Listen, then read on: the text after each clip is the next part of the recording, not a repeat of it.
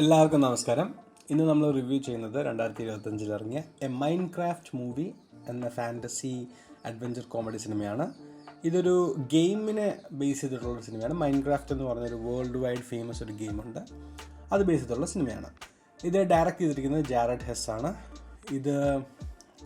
ഇതിൽ പ്രധാന എഴുത്തുകാർ ഒരുപാടുണ്ട്. റൈറ്റേഴ്സിനെ പറ്റി ഞാൻ പറയുന്നതിൽ ഒരുപാട് റൈറ്റേഴ്സ് ഉണ്ട്. പ്രധാന വേഷങ്ങളിലെത്തുന്നത് Jason Momoa, Jack Black, Danielle Brooks, Emma Myers, അങ്ങനെ കുറേ ആൾക്കാരാണ്. പ്രധാന ഹൈലൈറ്റ് എന്ന് പറഞ്ഞാൽ ജെയ്സൺ മൊമോവയും ജാക്ക് ബ്ലാക്കുമാണ് ഇതിൻ്റെ. സിനിമയുടെ സ്റ്റോറി എന്ന് പറഞ്ഞാൽ വളരെ സേഫായിട്ട് ഉള്ളൊരു സ്റ്റോറി ആയിട്ടാണ് എടുത്തിരിക്കുന്നത്. മൈൻക്രാഫ്റ്റ് എന്ന് പറയുന്നൊരു ഒരു ഗെയിമിനകത്ത് ഉള്ള ഓവർ വേൾഡ് എന്ന് പറയുന്നൊരു ലോകമുണ്ട്. ആ ലോകത്ത് എല്ലാ വസ്തുക്കളും ഒരു ക്യൂബ് അല്ലെങ്കിൽ സ്ക്വയർ ഷേപ്ഡാണ്. ആ ഒരു പ്രത്യേകതരം ലോകമാണ്, കുറച്ച് മാജിക്കലാണ്. അത് ആ ഗെയിമിനെ പറ്റി അറിയാവുന്നവർക്ക് വ്യക്തമായിട്ട് കുറച്ചുകൂടെ അതിനെപ്പറ്റി അറിയാമായിരിക്കും. അപ്പോൾ ആ ലോകത്ത് പെട്ടുപോകുന്ന കുറച്ച് മനുഷ്യരുടെ കഥയാണ്.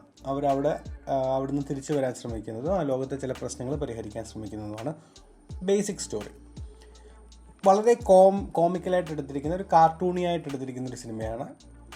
ജാക്ക് ബ്ലാക്ക്, ജെയ്സൺ മൊമോവയാണ് പ്രധാന വേഷത്തിലെങ്കിലും ജാക്ക് ബ്ലാക്കിനാണ് കൂടുതൽ സ്ക്രീൻ ടൈമും ഒരു ഇമ്പാക്ട്ഫുൾ ക്യാരക്ടറായിട്ട് വരുന്നത് ജാക്ക് ബ്ലാക്കിൻ്റെ സ്റ്റീവ് എന്ന് പറയുന്ന കഥാപാത്രമാണ്. സിനിമ ഓവറോൾ ഞാൻ പറഞ്ഞല്ലോ ഒരു കാർട്ടൂണി സിനിമയായിട്ടേ പറയാനുള്ളൂ. എനിക്കിഷ്ടപ്പെട്ടു. ചുമ്മാ കണ്ടിരിക്കാൻ നല്ലൊരു സിനിമയാണ്, ഒരു ഫൺ മൂവി. ഒരു ഔട്ട്സ്റ്റാൻഡിങ് അല്ലെങ്കിൽ ഗ്രൗണ്ട് ബ്രേക്കിംഗ് എന്നൊന്നും പറയാനില്ല. എൻജോയ് ചെയ്യാൻ പറ്റുന്ന നല്ലൊരു സിനിമ എന്ന് തന്നെ എനിക്ക് തോന്നി.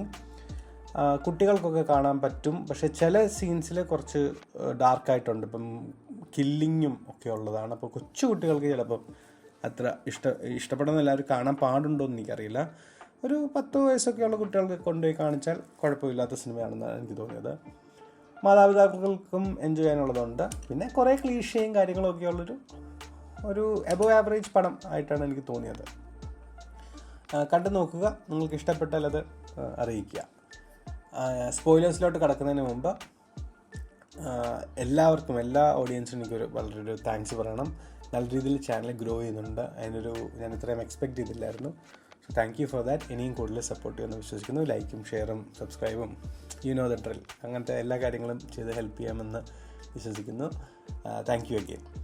Now coming back to spoilers. സ്പോയിലറായിട്ട് വരുമ്പോൾ ഇതിനകത്ത് പ്രധാനമായിട്ട് പറയേണ്ടത്,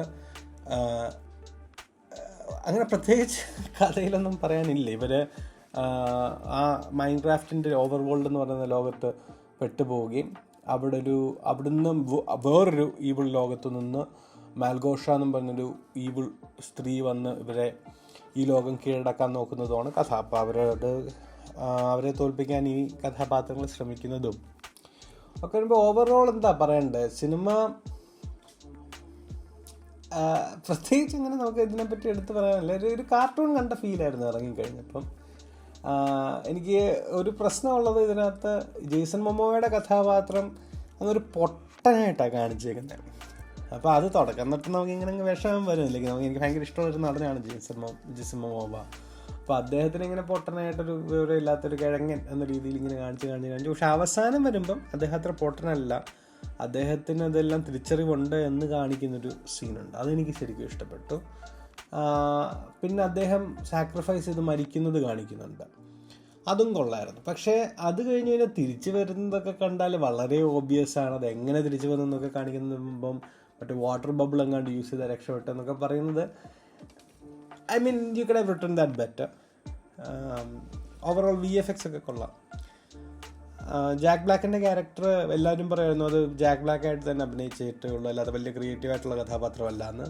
അല്ല, ജാക്ക് ബ്ലാക്കായിട്ട് തന്നെ അഭിനയിച്ചു, അതിനെന്താ കുഴപ്പം? ജാക്ക് ബ്ലാക്ക് വളരെ എൻ്റർടൈനിങ് ഒരു ആക്ടറുമാണ്. ആ ജാക്ക് ബ്ലാക്ക് എന്ന് പറയുന്ന ഒരു കഥാപാത്രം ഉണ്ടെങ്കിൽ അതും വളരെ ഇൻട്രസ്റ്റിംഗ് ഒരു കഥാപാത്രമായിരിക്കും. അപ്പോൾ എനിക്ക് ഓവറോൾ ഇഷ്ടപ്പെട്ടു. നല്ല സിനിമയാണ്, ഒരു തവണ കണ്ടു നോക്കാം. എന്തായാലും റിവ്യൂ കേട്ട എല്ലാവർക്കും നന്ദി, നമസ്കാരം.